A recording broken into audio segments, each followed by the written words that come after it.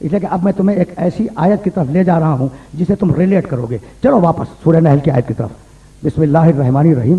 عطا امر اللہ فلا تستعجلوہ سبحانہ وتعالی عما یشرکون ینزل الملائکۃ بالروح من امرہ علی من یشاء من عبادہ. ٹھیک، یہ ہے سورہ نحل. اور سورہ قدر میں کیا کہا؟ تنزل الملائکۃ والروح فیہا باذن ربہم من کل امر سلام.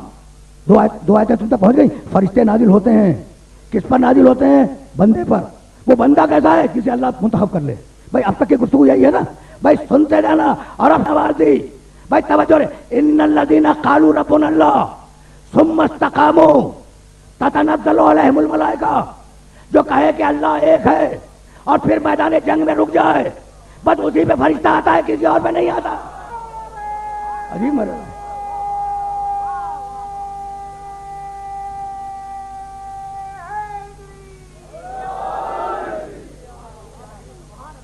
یاد رکھنا یہ اس چین کو، آیتوں کے اس چین کو یاد رکھنا. ان الذین قالوا ربنا اللہ ثم استقاموا. بھائی رکے رہنا، خدا کی قسم رکے رہنا. اس لیے کہ اب گفتگو ایسے مرحلے پہ آ گئی ہے جہاں میں کچھ جملے تمہیں ہدیہ کروں گا. ان الذین قالوا ربنا اللہ ثم استقاموا، وہ لوگ جو کہتے ہیں کہ ہمارا رب بس اللہ ہے اور کوئی نہیں ہے. ٹھیک ہے، ثم استقاموا، اور میدان میں جم جاتے ہیں. تتنزل علیہم الملائکہ، فرشتے انہی پہ اترتے ہیں، کسی اور پہ نہیں اترتے. تو اب بس اتنا تلاش کرنا ہے، کل اتنا تلاش کرنا ہے کہ وہ ہے کون جو میدان میں رک گیا.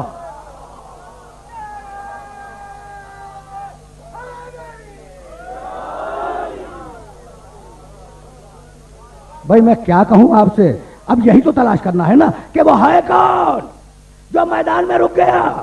تو ہمیشہ چیز اپنی ضد سے پہچانی جاتی ہے.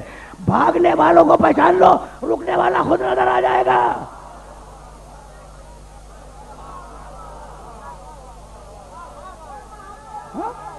سمجھ رہے ہو؟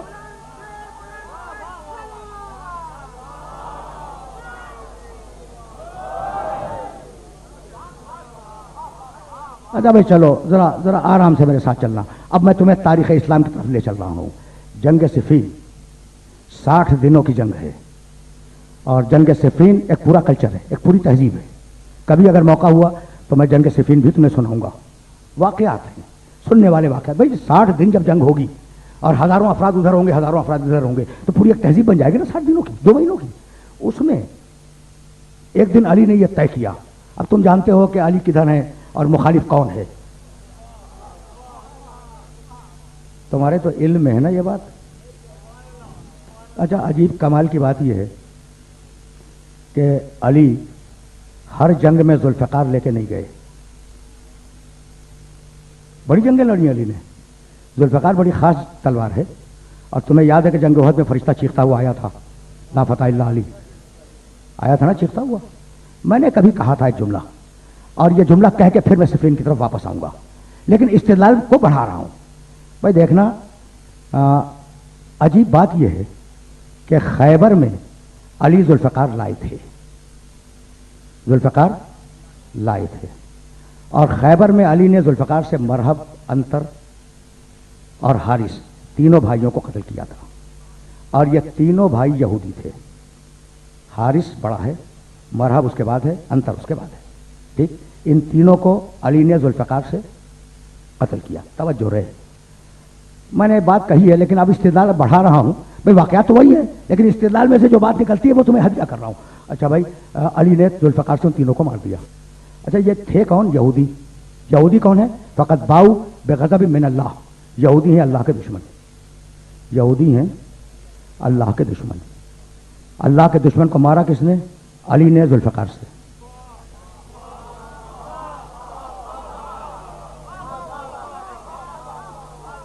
یہودیوں کا علی سے کوئی ذاتی جھگڑا نہیں تھا. بھائی جھگڑا تھا تو اللہ کے اوپر تھا. بس دشمن تو اللہ کے ہیں. فقط باؤ بغضب من اللہ، یہ اللہ کے دشمن ہے. یہ یہودی اللہ کے دشمن ہے. جب دشمن ہے تو مارا. اللہ کے دشمن کو مارا کس نے؟ علی نے. اور مارا کس سے؟ ذوالفقار سے. تو پروردگار تو عادل ہے، کہا مت گھبراؤ، میرے دشمن کو اس نے مارا، اب اس کے دشمن کو میں ماروں گا، کوئی اور نہیں مارے گا.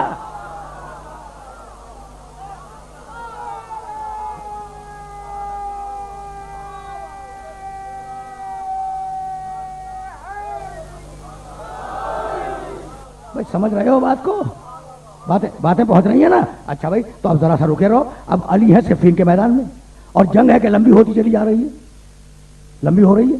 ایک دن علی کی فوج کے کمانڈروں نے, جاؤ عید الفرید میں اس واقعے کو دیکھو, زیادہ زحمت نہیں دوں گا لیکن بالکل ایک بات کہہ کے بالکل اس موضوع کی طرف واپس جاؤں گا جو ابھی تشنا ہے, جسے ابھی چھیڑنا ہے, رکے رہنا. کمانڈروں نے کہا کہ یا علی جنگ بڑی طویل ہو گئی. کہا پھر؟ کہا ہمارا ارادہ یہ ہے کہ اگر آپ اجازت ہے تو کل ہم گھمسان کا جنگ کا رن کریں, گھمسان کی جنگ لڑیں. کہا اجازت ہے, اجازت ہے. بھائی توجہ رہے. علی نے کہا اجازت ہے, کل تم گھمسان کی جنگ کرو. کہا یا علی بس ایک بات ہے, وہ یہ کہ جب گھمسان کی جنگ ہوگی تو ظاہر ہے کہ میں یہاں ہوں تو وہاں چلا جاؤں گا اور وہ وہاں ہے تو وہاں چلا جائے گا. بھائی جنگ میں تو ٹکراتے ہیں نا, تو جگہ جہاں پہ ہم ہوں گے وہ معین نہیں رہے گی, بدل جائے گی. تو یا علی میدان جنگ میں ایک جگہ معین کر دیں, ایک جگہ معین کر دیں کہ جب کوئی مشورے کی ضرورت ہو تو ہم سب وہاں جمع ہو جائیں, مشورہ کریں, پھر ڈسپرس ہو جائیں. علی نے مسکرا کے کہا کہ جاؤ اپنے لیے جگہ معین کر لو, اور جنگ کی ابتدا میں جہاں تم علی کو چھوڑ کے جاؤ گے آخر جنگ میں بھی علی وہی ملے گا.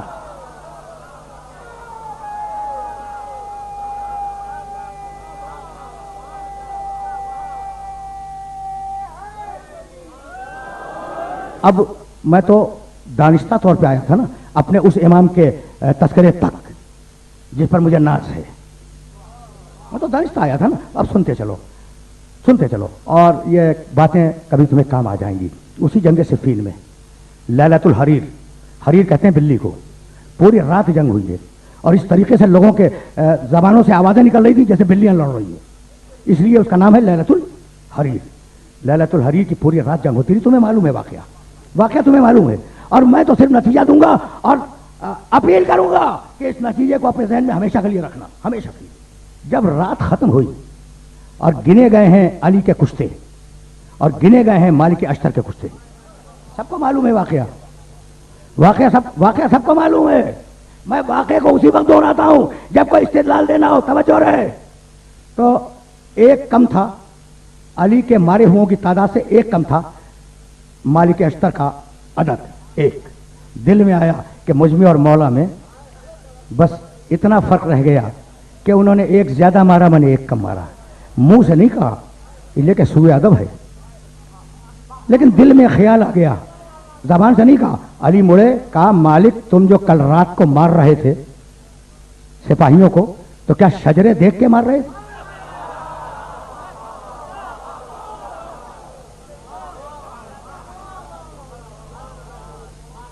سنے جاؤ اس لیے کبھی کبھی ایسے سنا کرو.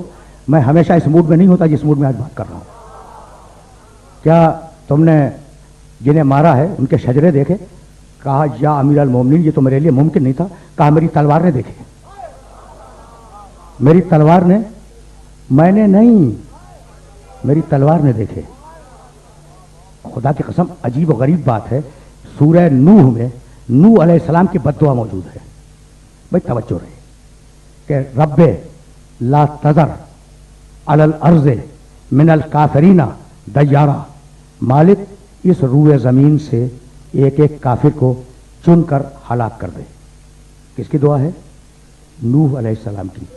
پہلا رسول ہے, پہلا, اور اتنا بڑا رسول ہے کہ قرآن نے سلام کیا سلام علی نوح فی العالمین, نوح پر سلام ہو پوری کائنات میں.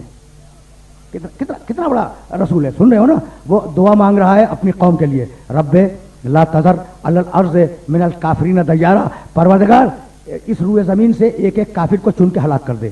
وَإِن تَذَرْهُمْ لَا يَلِدُوا إِلَّا فَاجِرًا كَفَّارًا, مالک اگر تو انہیں چھوڑے گا تو ان کی نسل میں سوائے کافروں کے اب کوئی آنے والا نہیں, اس لیے انہیں مار دے. بھائی کیا معلوم نوح کو کہ قیامت تک کتنے آنے والے ہیں؟ یہ ہے نوح کا علم غیب, یہ ہے نوح کا علم غیب کہ نوح نے اپنی قوم پہ نگاہ ڈالی اور قیامت تک کے شجرے دیکھ لیے اور دیکھ لیا کہ کوئی مومن نہیں آ رہا ہے. کہا پروردگار انہیں ہلاک کر دے. اب مجھے اجازت دو, میں غیر ذمہ دارانہ بات کرنے کا عادی نہیں ہوں کہ جو کام نوح کی آنکھوں نے دن کی روشنی میں کیا وہی کام علی کی تلوار نے رات کے اندھیرے میں کیا.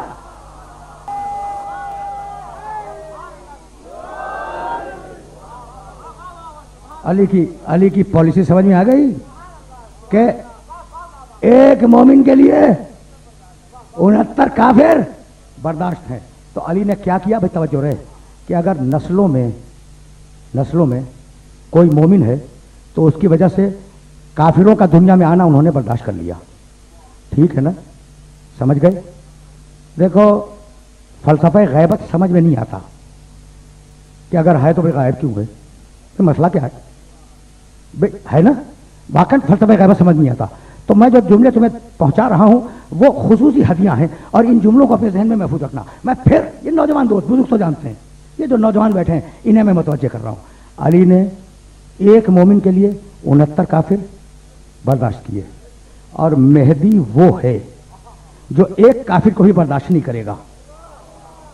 حدیثیں ہیں ادھر بھی ہیں ادھر بھی ہیں, یعنی مطلب یہ کسی ایک فرقے میں نہیں ہے, ہر فرقے میں یہ حدیثیں پائی جاتی ہیں کہ جب مہدی آئے گا تو وہ ایک کافر کو بھی برداشت نہیں کرے گا.